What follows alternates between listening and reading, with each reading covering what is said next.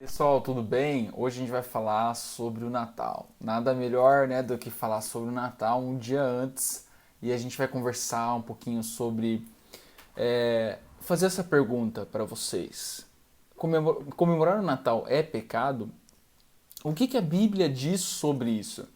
Então, muito se fala em algumas igrejas de que o Natal surgiu, né, dá ênfase sobre o Natal ter surgido de origem pagã, e é verdade, e também as outras festividades que a gente tem, como a Páscoa, a festa junina, que foram incorporados à nossa sociedade, justamente por causa do consumo e da tradição. Porém, cabe ressaltar que a Páscoa, né, ela tem uma origem judaica, né, tem uma outra concepção, como a gente viu no outro vídeo aqui. Bom, então, dadas essas festividades, nesse vídeo nós não vamos dar ênfase da origem do Natal, que tem uma origem pagã, então eu convido vocês a procurar um vídeo sobre isso que vocês vão achar.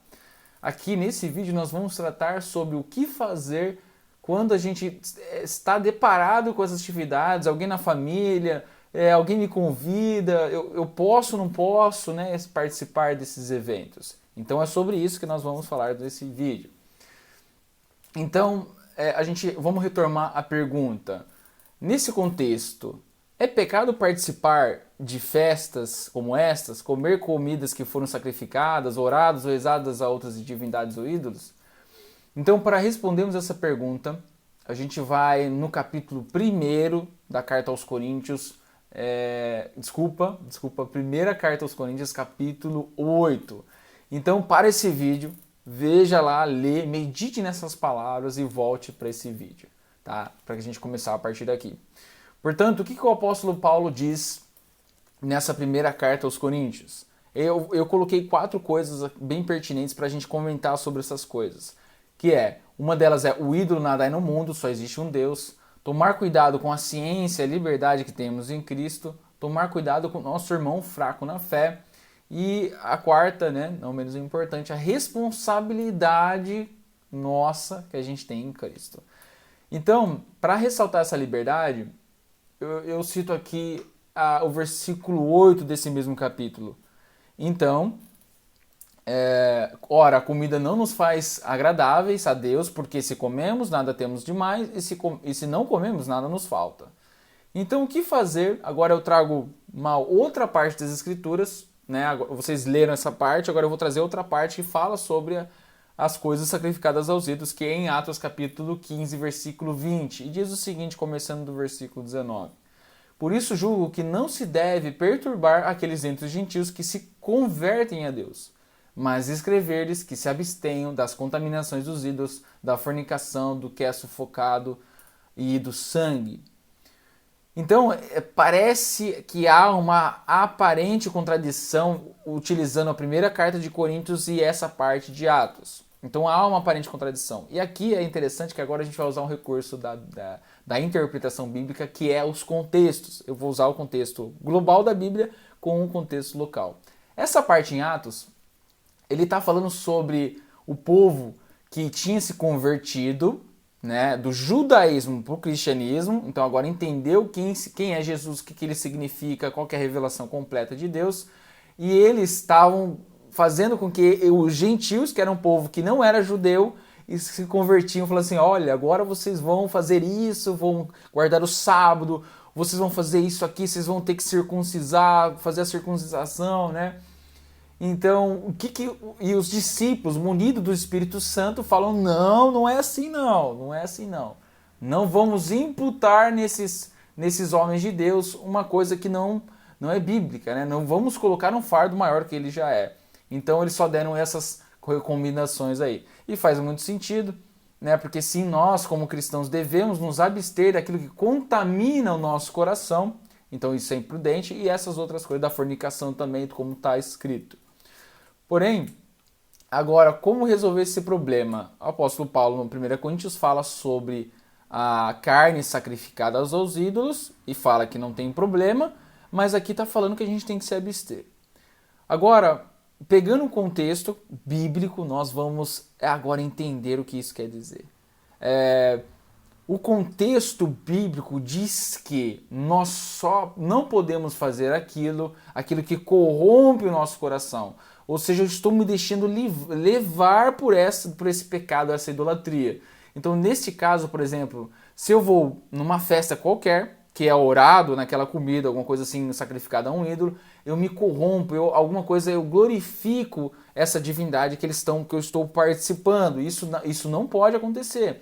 Eu não devo participar no sentido de cultuar junto com essas pessoas, mas não tem problema se eu participar, as pessoas saberem da minha fé, me respeitarem, e eu não vou cultuar junto com elas, porque, como está escrito, o ídolo nada é no mundo. Só há um só Deus, um soberano. E para ele, este Deus merece toda a honra e toda a glória. Beleza? Isso é muito importante. Então, o Tiago, né, que inclusive escreveu essa parte, ele fala dessa forma.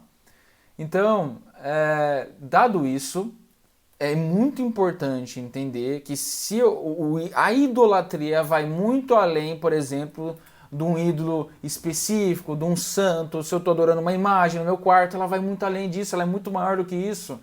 A Bíblia diz que se eu glorifico qualquer coisa que seja, que exista, a não ser esse Deus maravilhoso, eu estou caindo em idolatria. Eu posso estar adorando a mim mesmo, os meus atributos, os meus dons, as coisas que Deus me deu, eu posso estar idolatrando isso. Inclusive idolatrar, né, dentro da igreja. Eu posso ser idólatra indo à igreja evangélica, eu posso estar sendo idólatra. Se eu busco a Deus querendo algo dele, pensando só em mim, eu estou pensando só em mim. Então indiretamente eu estou glorificando o meu ser. Se eu vou à igreja para ser visto como santo, eu estou sendo idólatra. Eu estou buscando isso. E a Bíblia diz que já recebeu o seu galardão. Se você busca isso, você vai até achar, as pessoas vão achar que você é santo, mas essa é a sua recompensa. E que miserável, né? Perto do reino que há em Cristo Jesus. Dado isso, então o apóstolo Paulo ele traz essa informação. Unindo esses dois contextos, nós entendemos que não tem problema algum em participar dessas festividades, desde que eu não corrompa o meu coração, inclusive. Aí que interessante. Então então ele traz mais um entendimento. Eu devo me abster, no caso de manjar alguma coisa assim, daquilo que para nós é bom, mas se eu não posso convidar um irmão meu, por exemplo, eu tenho um problema com jogos. Quem me conhece sabe que eu sou viciado em jogo, mas viciado mesmo. Então o que é esse convidar? Alguém sabendo disso, tendo ciência. E a pessoa não tem tentação nenhuma por jogo, joga, não tem problema, né? Parou, jogou ali um pouquinho, acabou, sabendo que eu sou tentado nessa área e eu sou idólatra por causa disso, né? Porque eu jogo bastante, minha vida vira em função disso. Essa pessoa me convida, ela está me convidando naquilo que eu ninho da tentação, o cerne da minha tentação. E isso o apóstolo Paulo fala que não deve ser feito. Essa é a nossa responsabilidade em Cristo Jesus. Portanto, não tem problema eu participar, desde que eu não cultue no meu coração ou convide um irmão a participar daquilo que ele é fraco. Ele tem uma fé fraca em relação àquilo. Ele não consegue, ele não tem controle, ou ele não tem a ciência necessária para entender que aquilo não faz sentido nenhum, não tem problema nenhum. Então isso o apóstolo Paulo vem trazer. Portanto, ao invés de nós proibirmos, como instituição, como igreja local, ou até como corpo de Cristo, os fiéis de festejarem o Natal com as pessoas, com a nossa família, com os amigos, nós devemos orientá-los e prepará-los para falar da verdade que é em Cristo Jesus. E isso é muito interessante da gente pensar, né? Então a gente tem que pensar sobre isso, essa responsabilidade e também preparar esses corações para falar da verdade. Uma igreja forte é uma igreja que convence, uma igreja que conhece, que tem fundamentação. Uma igreja que proíbe não sabe quem está servindo. Proíbe no sentido, né, daquilo que é explícito, não tem problema. Você está falando da sua fé, isso não tem problema. Isso, você está confrontando, né, as pessoas ao seu pecado. Mas entrar em cernes coisas que não estão explicitamente escritos, eu não posso fazer isso. Aliás, eu não devo.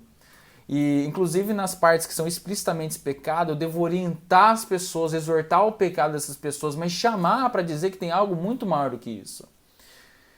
Então, fazendo essa reflexão e preparando esses corações dessas pessoas e se tornando como flechas, né? Isso que é interessante, né? Então, nós refletimos. Talvez o Natal seja a única oportunidade que uma pessoa irá ouvir do Evangelho, irá ouvir dessa verdade. Ela está sensível, talvez ela está sensível por causa da família, tudo, uma festa de ação de graças. E esse momento pode ser um momento crucial para que essa pessoa ouça do Evangelho. Então, ainda que a pessoa não entenda para que aquilo, ou talvez seja só uma festividade de ação de graça, reunião da família, pode ser uma oportunidade única para falar do Evangelho.